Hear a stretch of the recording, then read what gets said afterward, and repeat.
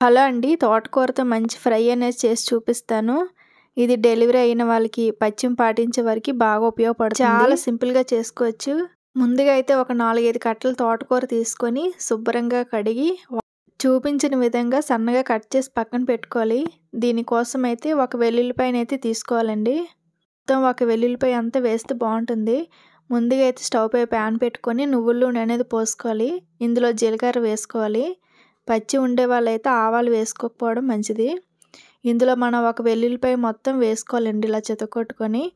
అలాగే కారం సరిపడగా ఒక 2-3 ఎండుమిరపకాయలు కూడా వేసుకోవాలి. అలాగే పచ్చి కరివేపాకు కొంచెం వేసుకొని బాగా వేగనివ్వాలి. ఇందులోనే పసుపు వేసుకోవాలండి. యాంటీబయాటిక్ కాబట్టి చాలా మంచిది. మంట మీడియం ఫ్లేమ్లో పెట్టుకొని మంచి వాసన వచ్చేంత వరకు అయితే వేయించుకోవాలి వెల్లుల్లిపాయలు, ఎండుమిర్చిను. ఈ వేగిన తర్వాత మనం కట్ చేసుకున్న తోటకూరను కూడా వేసుకొని కలిపి మూత పెట్టాలి. ఒకసారి మూత పెట్టుకొని వాటర్ అంతా వచ్చేంత వరకు ఈ విధంగా ఉంచిన తర్వాత రుచికి సరిపడగా సాల్ట్ వేసుకోవాలి. సాల్ట్ వేసి ఇంకొంచెం సేపు కలిపి మళ్ళీ మూత పెట్టుకోవాలి, కర్రీ అనేది దగ్గర పడేంత వరకు. ఈ ఫ్రైకి అయితే ఉల్లిపాయ అయితే వేయకూడదు. అలాగే దీన్ని మనం నువ్వుల నూనెతో చేసుకుంటే చాలా మంచిది.